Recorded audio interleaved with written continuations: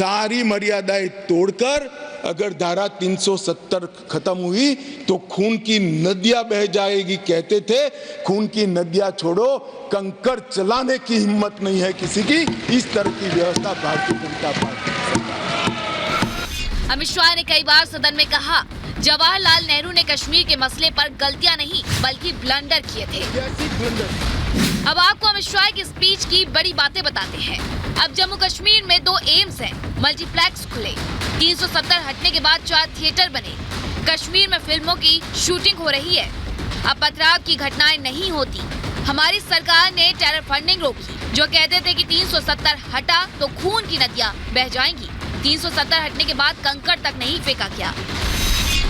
अमित शाह के बयान के बाद कांग्रेस नेता अधीर रंजन चौधरी ने आरोप लगाया कि बीजेपी के कई नेता कश्मीर की बात आने पर पहले प्रधानमंत्री पंडित जवाहरलाल नेहरू की अनावश्यक आलोचना करने लगते हैं।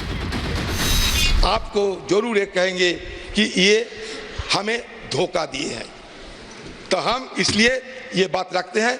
और अमित शाह जी जो कहे हैं कि जवाहरलाल नेहरू और कश्मीर के मुद्दे पे सारे दिन एक दिन चर्चा होना जरूरी है, ये पेशकश किए हैं, वो मान लिए हैं। चलिए एक दिन भर ये चर्चा हो, कौन क्या कैसे किया है या नहीं किया है इसको पता चले, दूध का दूध और पानी का पानी साफ हो जाए।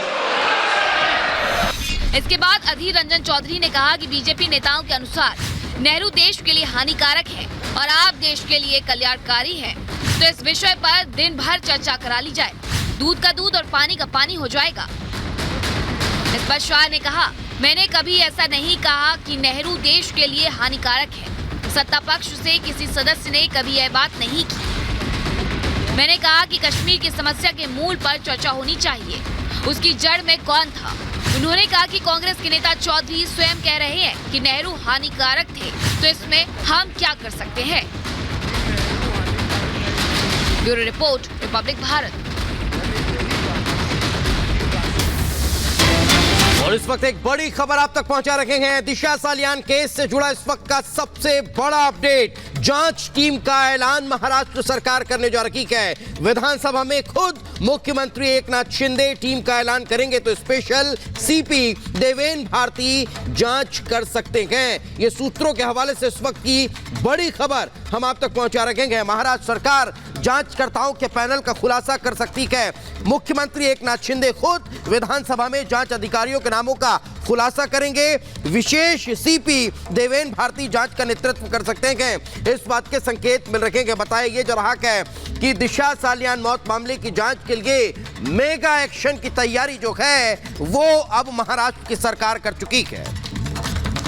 तो मेगा एक्शन की तैयारी यहां पर हो चुकी है और अब जिस तरीके से जिस प्रोसेस की तरफ जो कदम शिंदे सरकार की तरफ से उठाए जा रहे हैं, जिस दिशा में उठाए जा रहे हैं, ऐसे में सवाल यही कि क्या इससे सुलझेगी दिशा सालियान की मौत मिस्ट्री, क्योंकि तमाम कदम अब उठाए जाने लगे हैं और ऐसे में सीपी देवेन कर सकते हैं जांच, स्पेशल सीपी देवेन जांच कर सकते हैं। जानकारी निकलकर सामने आ रही है। दूसरी तरफ विधानसभा में शिंदे ऐलान करेंगे इस बात का, जांच टीम में कौन कौन अधिकारी होंगे, इन तमाम बातों का ऐलान शिंदे विधानसभा में कर सकते हैं। ऐसे में जिस तरीके से एक मजबूत टीम जांच पड़ताल के लिए तैयार की जा रही है, उससे कहीं ना कहीं उम्मीद है कि मिस्ट्री जल्द ही सॉल्व हो जाएगी।